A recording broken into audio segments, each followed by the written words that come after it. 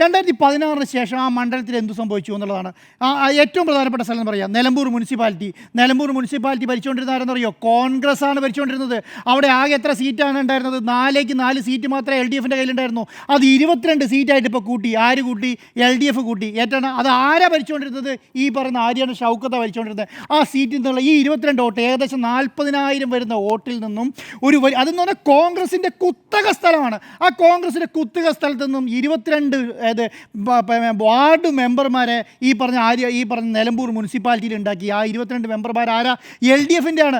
LDFിൻ്റെ ഓരോ വീടുകളിൽ ദൈനംദിനം വർക്ക് നടത്തുന്ന ആൾക്കാരാണ് ഈ വാർഡ് മെമ്പർ എന്ന് പറയുന്നത്. ആ 22 പേര് ആരാണ്? ആ 22 പേര് LDFിൻ്റെ ഭാഗമാണ്. അവിടുന്ന് വിചാരിക്കുകയാണ് നിങ്ങൾ ആര്യാടെ ഷൗക്കത്തിന്, ആര്യാടെ മുഹമ്മദിന് കിട്ടിയോലും എന്താണ് ഈ പറയുന്ന നമ്മുടെ VV പ്രകാശിന് കിട്ടിയതുപോലെ മുഴുവൻ വോട്ട് കുത്തക അടച്ചങ്ങൾ വരുന്ന വിചാരിക്കേണ്ട. കാരണം എന്താണ്? 2020 അവിടെ പഞ്ചായത്ത് ഇലക്ഷൻ നടക്കുന്നത്. 2016 ആര്യാടൻ ഷൗക്കത്ത് അവിടെ മത്സരിക്കുന്നത്. ആര്യാടൻ ഷൗക്കത്ത് അതിന് ശേഷം മത്സരിച്ചിട്ടില്ല.